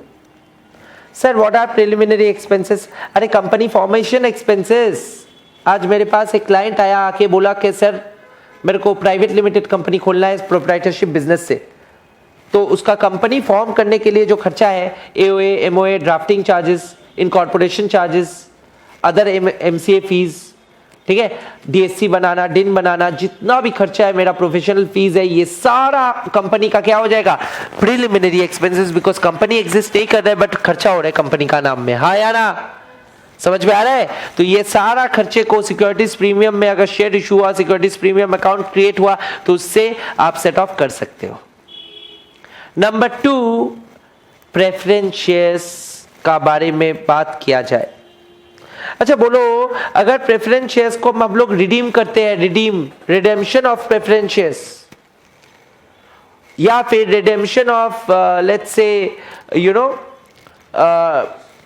Redemption of debentures, ठीक है, तो premium जो हम लोग पे करते हैं, premium on redemption of preference shares और premium on redemption of debentures, पोडॉड्स या पोडॉप्स बोलते हैं शॉर्ट में, ये पोडॉप्स एंड पोडॉट्स के खिलाफ क्या सिक्योरिटीज प्रीमियम को इस्तेमाल कर पाओगे? हाँ. The answer is yes. Not premium on buyback. I am not saying buyback of equity shares. I am saying only the premium. P for premium. Only the premium on redemption of preference shares or redemption of debenture. Premium ओरॉप और premium पोरॉड, बात समझ में आया? ठीक है, premium on redemption of preference shares और premium on redemption of debenture can be set off. अच्छा बोलो ना, क्या प्रेफरेंस शेयर का रीपेमेंट ऑफ प्रेफरेंस शेयर का capital amount can be set off? No, only the premium portion can be set off. मतलब 100 रुपया का शेयर अगर 110 पे रिडीम हो रहा है तो 10 रुपया can be set of and not the 100 रुपया। हाँ है ना, क्लियर है? इसलिए creation of capital redemption reserve जो करना पड़ता है रिडेम्पशन ऑफ प्रेफरेंस शेयर्स पे, वो कैपिटल रिडेम्पशन रिजर्व क्रिएट करने में क्या हम लोग सिक्योरिटीज प्रीमियम टच करते हैं? कभी नहीं, कभी नहीं टच करते। It's not a free reserve. Now you got it? Okay sir, B for bonus. हाँ बिल्कुल, बोनस शेयर्स क्या इशू कर पाओगे? बिल्कुल। Sir buyback of equity shares कर पाएंगे? हाँ, बाईबैक ऑफ इक्विटी शेयर्स हम लोग पढ़ेंगे section 68। Buyback of equity shares जब होता है तब equity shares can be bought back, capital amount also through securities premium. Buyback के लिए securities premium becomes a free reserve. Okay, यहां पे ओनली प्रीमियम, यहां पे पूरा buyback. C for commission sir कौन सा? अंडरराइटिंग। हाँ या ना,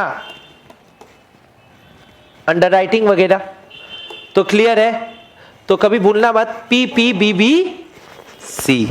okay, so come to section 52। एक बार पढ़ लो please, read, go through it slowly.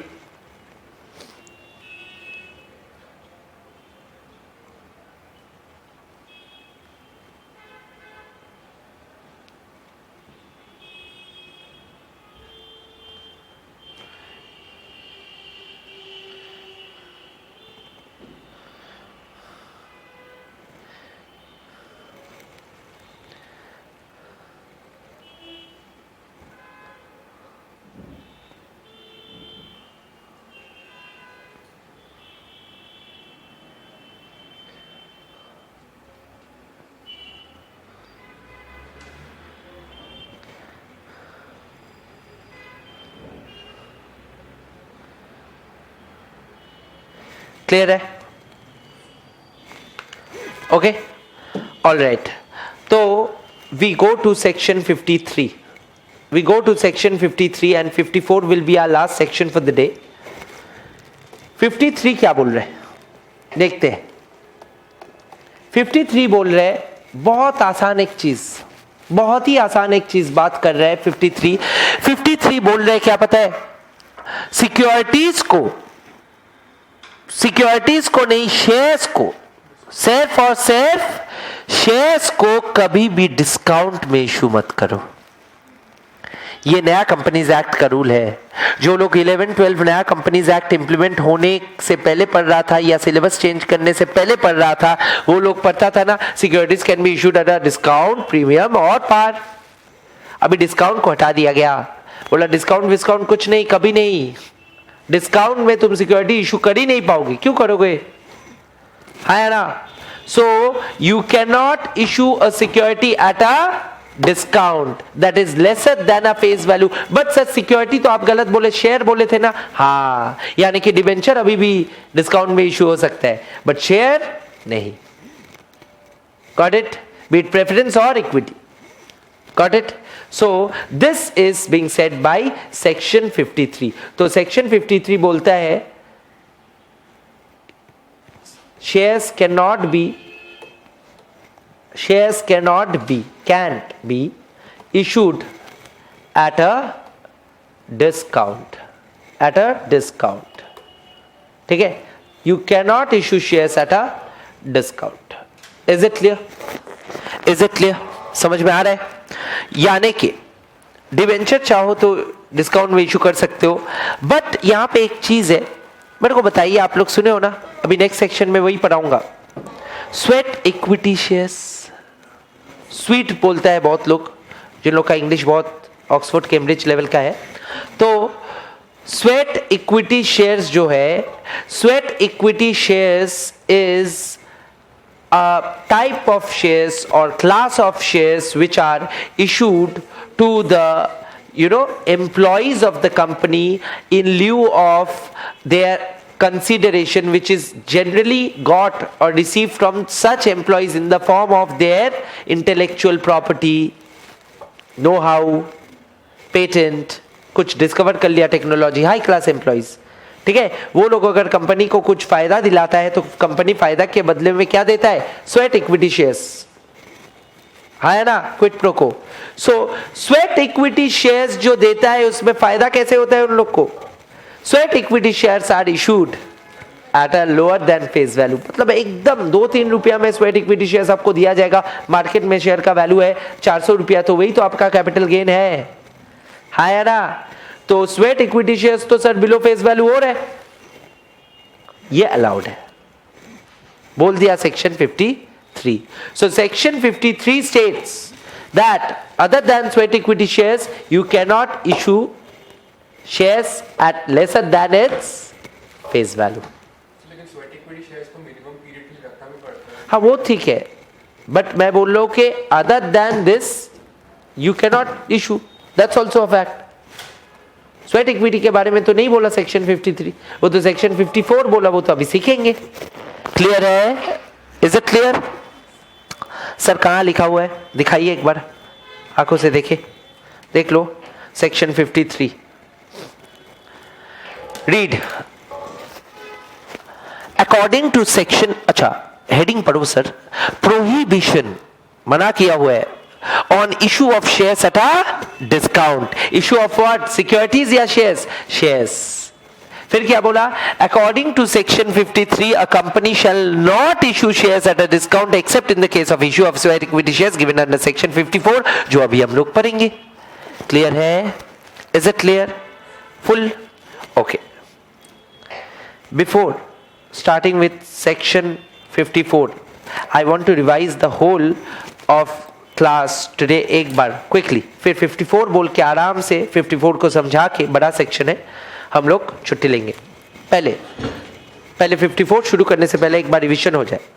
We started the share capital chapter with an introduction, and in the introduction I stated quite clearly that this chapter is very important because ये accounts में भी काम में लगेगा। देखो सारा accounts का चीज, आगे जाके बाईबैक देखोगे, रिडेम्पशन देखोगे, डिबेंचर भी देखोगे। तो चैप्टर 4 का नाम है शेयर कैपिटल एंड डिबेंचर। इसमें टोटल कुल मिला के 30 सेक्शंस है, 43 से 72, है ना। लास्ट परीक्षा में यानी कि नवंबर 2019 वाला टर्म में कुछ सेक्शंस को एलिमिनेट कर दिया गया from the syllabus, not from the real life. ICI का औकात नहीं है रियल लाइफ में कंपनीज एक्ट से सेक्शन हटाने का, तुम्हारा सिलेबस से हटा सकता है। 44, 45, 60 and 65 and 72 have been struck off for the exams, but we will do it because there's a lot of ambiguity as to this term. Okay, then I said that section 43 से 70 talks about share capital, whereas 71 talks about debentures and 72 talks about power to nominate. Then I started with section 43 which talks about types of share capital. I said preference equity तो बचपन से पता है, बच्चों को भी आता है, बट इक्विटी 2 तरह का होता है, ये सबको पता नहीं है, ordinary with differential voting rights, और आजकल इंडियन कंपनीज भी शुरू कर दिया प्रैक्टिकली रियल लाइफ में। Future Group and Tata both have issued such shares to control the ownership yet raise funds, है ना। और डिफरेंशियल वोटिंग राइट्स वाला शेयर्स इशू करने के लिए 8 कंडीशन जरूरी है, पूरा आप लोग पढ़े थे। स्टार्टिंग एंड एंड वाला खाली बोलते हैं, authorisation by articles very good, and and वाला था नॉट कंस्ट्रेंड, ऐसे मत बोलो, should it has not been penalised by any tribunal और court under RBI, SEBI, SCRA और फेमा और एनी अदर स्पेशल एक्ट, ठीक है ना, for in the last 3 years, very good, ठीक है। अच्छा बीच में पॉइंट्स तो याद है। अच्छा सर फिर 44 तो हम लोग पढ़े नहीं, 45 and 6 शेयर सर्टिफिकेट लेके ज्ञान था, SH1 फॉर्म नंबर SH1, उसका डुप्लीकेट मिल सकता है, इंडेमनिटी बॉन्ड देके गारंटी देना पड़ेगा कंपनी को कि मेरे को आप दे रहे हो, अगर आपको नुकसान पड़े कोई आके आपके ऊपर केस कर दे, उसी का था। ठीक है, तो मैं ये भरपाई दूंगा, इंडेमनिटी। हाँ, उसके बाद हम लोग पढ़े सेक्शन 47 एंड 48 जो था rights and variation of rights of a share holder, है ना। अच्छा, हर एक ऑर्डिनरी या इक्विटी शेयर होल्डर का क्या वोटिंग राइट होता है? He can vote on any resolution place before the company, है ना, and his vote will be proportional to the paid up share capital, paid up equity share capital, है ना। Preference share holder खाली 3 मुद्दे पे ही vote कर पाएगा, एक है वाइंडिंग अप, एक है कोई भी मैटर्स जो उसका राइट को डायरेक्टली अफेक्ट करे, एंड तीसरा था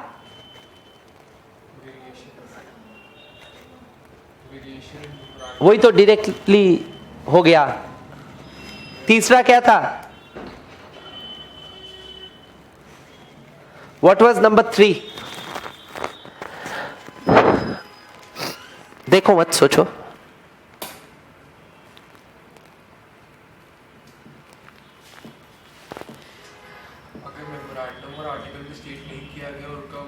नहीं, कंफ्यूज हो गए, वो तो दूसरा था। That was 48।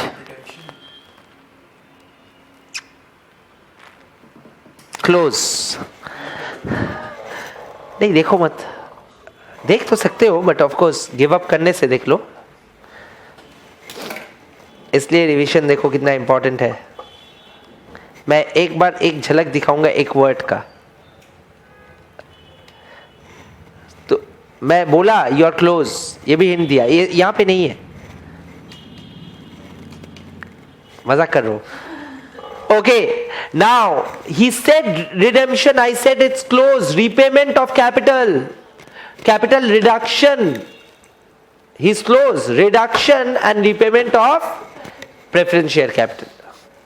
Okay, so ये 3 में प्रेफरेंस शेयर होल्डर भी वोट कर पाएगा। Variation of share holders right can only be done with special resolution and with what, and with if it is authorised by memorandum और articles, even if it is not consented और authorised by memorandum और articles, और there is no such provision, and it is also not prohibited by terms of the issue, then it can do so with special resolution. Acha, no consent of variation given by 10% at least shareholders, they can move to tribunal within 21 days of the passing of such resolution, and decision of the tribunal will be final, and order of the copy of the copy of the order of the tribunal must be filed by the company within 30 days with registrar, नहीं तो default होगा 25,000 से 5 लाख। 49, 50, 51 था calls in arrear, calls in advance, and 52 था securities premium PPBBC, and 53 तो अभी किए, 54 अभी करेंगे। क्लियर है? Is it clear? पूरा फुल? इसीलिए रिवीजन दरकार है, दिमाग में सब रहना चाहिए। घर जाके एक बार देखो आज का क्लास का चीज ही भूल जा रहे तो ये 5 दिन बाद कैसे भूल जाएंगे, रखेंगे। Okay, so revision is very important for law and any subject as such. Section 54, last topic for the day. Sweet नहीं, sweat equity shares.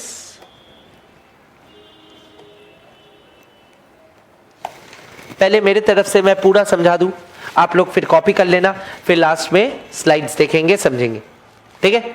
Okay, first thing, अच्छा इसमें मैं बोल दूं, इसमें एक अमेंडमेंट मैं कराऊंगा, वो अमेंडमेंट स्लाइड में नहीं है, इसलिए मैं नेक्स्ट दिन वो अमेंडमेंट लेके शुरू करूंगा अलग से, ठीक है? और एक चीज मैं बोलना चाहता हूं, वो है since there is a delay in printing of the books, ये कंपनी लॉ वाला, वो वाला बुक तो ठीक ही है, कंपनी लॉ वाला बुक आप लोग इंस्टीट्यूट का मटेरियल कैरी कर सकते हो नेक्स्ट क्लास से, updated one. Have you got the updated one? Which edition? हाँ. So applicable for May 2020. हाँ. Then please get that material for the moment till the time provisions are same. ठीक है? For the moment we will use that material because this material could be a little outdated. Little outdated. Amendment जैसे ही पढ़ोगे समझ में आ जाएगा क्या है. But फिर भी वो फ़ायदा होगा ना, फ्रेश जब पढ़ोगे फ्रेश, ठीक है, जब तक मेरा किताब प्रिंट होके नहीं आ रहे, ठीक है, okay. Now sweat equity shares क्या है, फंडा क्या है, थोड़ा जान लो। कल मैं next class I will talk about amendment, मैं पहले ही बोल दिया, अ स्मॉल अमेंडमेंट हियर। अभी जो बोल रहा हूँ सुनो पहले।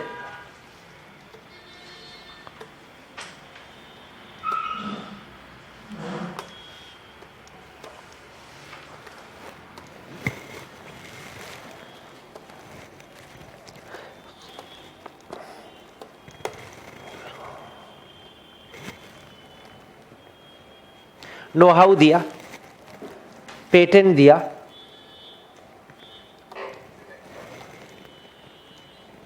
ठीक है,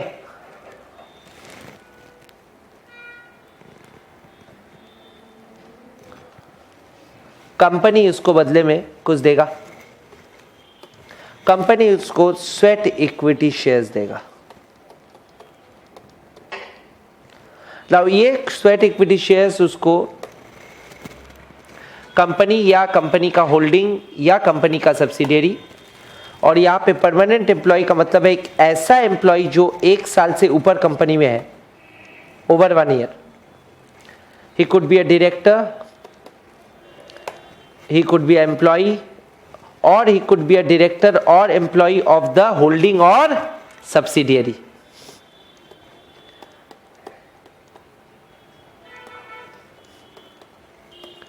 Clear? तो ये है बेसिक प्रेमिस ऑफ सेक्शन 54। अब बोल रहे कि अगर स्वेट इक्विटी शेयर्स तुमको दिया जा रहा है, company wants you to stay or wants you to go, wants you to stay, and in order to ensure that a lock-in period is also there.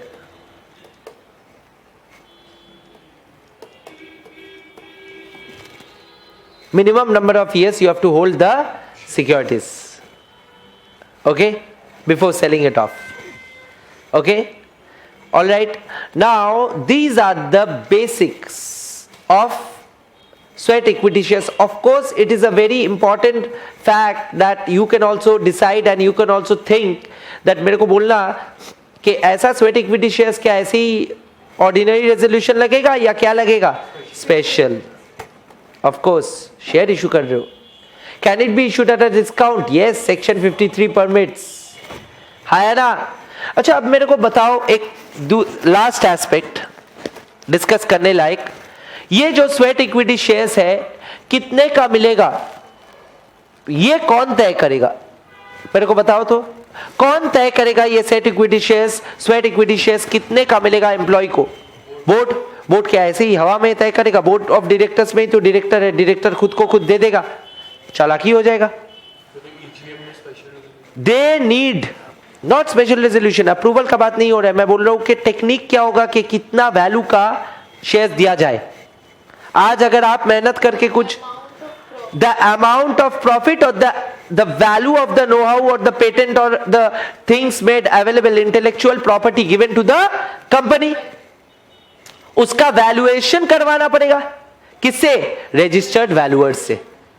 और रजिस्टर्ड वैल्यूअर वो valuation करके बोलेगा कि हाँ इसका वैल्यू है 5 करोड़, तब कंपनी भी उसको 5 करोड़ का फेस वैल्यू, मार्केट वैल्यू का शेयर्स देगा at a lesser price. Are you getting me? Is it clear? Okay, so a registered valuer must be appointed, and the registered valuer will value, number one, the intellectual property IP available to the company, and also the shares का भी value तो करना पड़ेगा, हाँ या ना। And lastly मेरे को बताओ ये वैल्यूएशन रिपोर्ट जो है, वैल्यूएशन रिपोर्ट जो ये देगा, ये वैल्यूएशन रिपोर्ट आप स्पेशल रेजोल्यूशन पास कराने से पहले, बोलो हर स्पेशल बिजनेस के लिए हम लोग क्या देते हैं नोटिस में? ईएस में ये जाना चाहिए ना, हाँ, valuers report, so that the members who will vote, they will come prepared or without preparation come prepared. Got it? So this is the full landscape. There could be other small detailing also, but for you at base level this is the thing. Clear है? Is it clear? समझ में आ रहा है?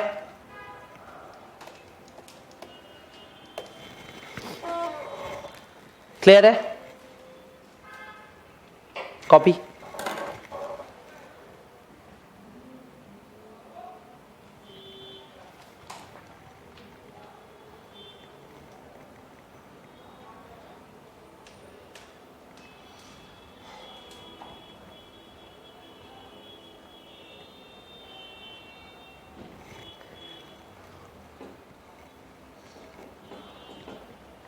Okay, all right. तो sir let us see the slide and the contents. मैं पहले ही बोल दे रहा हूँ, इसमें अमेंडमेंट हम लोग नेक्स्ट क्लास अमेंडमेंट से ही शुरू करेंगे. छोटा सा एक अमेंडमेंट आया. Sweat equity shares is issued to keep the employees of company motivated by making them partner in the growth of the company. कैसे? shareholder बना लो by offering them equity shares. Equity shares are issued by the company to its directors or employees at a discount or for consideration other than cash. For providing what? My intellectual property know-how. And एक चीज मैं लिखा नहीं, value additions. Now what are value additions? Intellectual property तो हो गया, patent वगैरह. Know-how is a technology. Value addition means suppose करो आज एक बिजनेस में एक पर्टिकुलर कॉस्ट सेंटर है, उसमें कॉस्ट लग रहा है आपको 4,000. वो कॉस्ट सेंटर को लगा ही नहीं, आप ऐसा एक आइडिया बनाए जिससे कि आपको लगे कि ये जरूरत नहीं है कंपनी में, ये बिना भी चल सकता है, यू नो द कंपनी. तो इससे कंपनी का कॉस्ट सेविंग हो रहा है. Any cost saving is a value add. Any revenue increase is a value add. So value add means profit को कैसे बढ़ाना है. प्रॉफिट को बढ़ाना कैसे है? इधर तुम रेवेन्यू बढ़ा दो या फिर कॉस्ट घटा दो. Efficiency by whatever name called, इसलिए लिखा गया है. ठीक है, okay. Now let's come to the next slide. The next slide talks about employee stock option. अच्छा, एम्प्लॉय स्टॉक ऑप्शन आगे जाके है, सेक्शन 61 में पढ़ाऊंगा. एम्प्लॉय स्टॉक ऑप्शन से इसका कोई नाता नहीं है. एम्प्लॉय स्टॉक ऑप्शन स्कीम एक दूसरा चीज है जहां पे एम्प्लॉय लोग को शेयर्स ऑफर किया जाता है under that option. But this is not sweat equity shares. वहां पे एम्प्लॉय लोग से कुछ नहीं मिल रहा है, पैसा मिल रहा है, और यहाँ पे एम्प्लॉय लोग से काम मिल रहा है. अब देखो condition. Let us come to this main slide. देखो क्या लिखा है. कंडीशन क्या है? It must be authorised by special resolution. The resolution specifies कितना शेयर्स, कितना करंट मार्केट प्राइस, वही वैल्यूएशन से. कंसीडरेशन क्या मिला कंपनी को जिसके बदले ये शेयर्स इशू हो रहा है. क्लास और क्लासेस ऑफ डायरेक्टर्स और employees to whom such equity shares are issued, not less than 1 year has elapsed since the time of which the company has commenced the business. ये हट गया, ये हट गया, वही बोल रहा हूँ, अमेंडमेंट है ना. And where the equity shares, इसलिए मैं बोला भी नहीं, गौर करना, मैं पेंटिंग बोल रहा हूँ, डायग्राम में बोला भी नहीं. क्लियर है? So where the equity shares of the company are listed, sweat equity shares are issued in accordance with SEBI. This is no big deal, ये तो ऐसे ही पता है. फिर देखो, employee means a permanent employee of the company who has been working more than 1 year. ये तो बोला. And director means whole time director or not. An employee or a director defined in subsection could be in subsidiary or holding. मैं तो diagram में सारा capture कर दिया, हाँ है ना. Okay.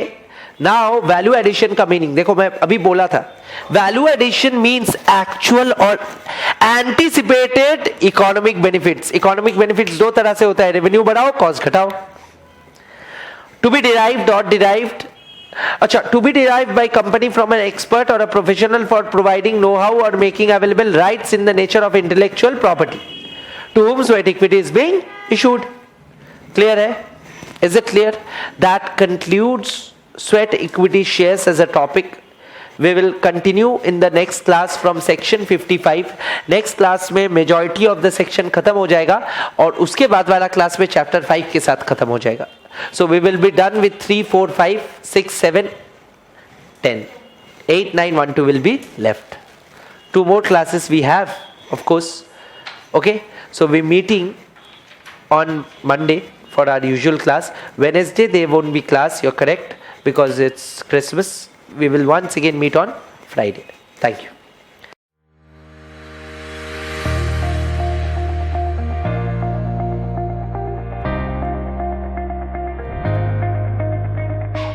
And encouragement are those vital nutrients. They're like the water, that nutrition that nourishes the plant of success. सही जगह पे हो, सही कंट्री में आपने सही प्रोफेशन चुना है. Be phases in your life when you will feel low, but then never give up and stay strong.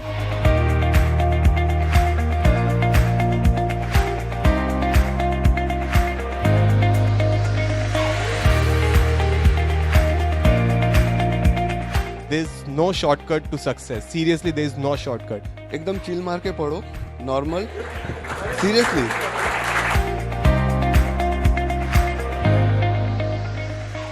मेरा एक ही मंत्र था, जो सबकी कमजोरी है उसको अपनी ताकत बना लो. आप कितने घंटे पढ़े is not the main thing. It's about आपने उस घंटे में कितना अचीव किया. Any decision that you make in your life, trust yourself that yes, you have evaluated all your pros and cons. You have made a choice based on the best you think of it.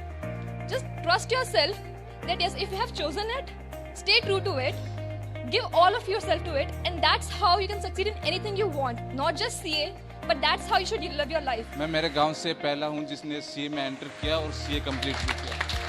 CA is not easy than 10th or 12th class.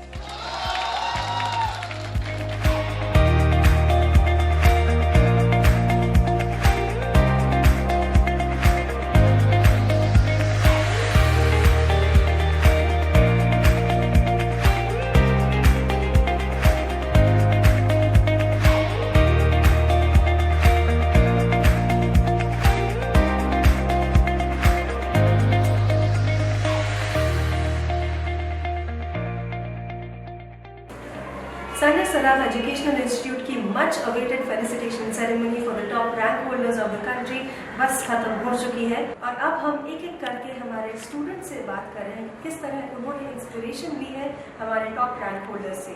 बहुत ही productive था, constructive था, and after speaking to the rank holders we have learned new strategies to prepare for our inter and for our CA course. एक चीज़ ये सीखी कि कभी marks के पीछे मत भागो, यही एम है कि अच्छे से पास होना, जितना अच्छा हो सके, आगे सब अपने आप. Sanjay sir's method is like one of the best methods. It's a really frank method, and the way he teaches is a very informal one. So students kindly get to know the concept really well. And all the rank holders said that the notes are really well, and just study the notes and you'll clear the exams really well. That's it. Today I learned that आप जो deserve करते हो उसके लिए prepare करो, marks के बारे में मत सोचो. मार्क्स तो झप मार के आएंगे. इनसे मिलके पता चला कि मतलब पढ़ाई कैसे आगे करना है. मोटिवेशन भी मिला कि वो टेलर के बेटे होकर कि जब रैंक 1 ला सकते हैं तो हम भी ला सकते हैं. मतलब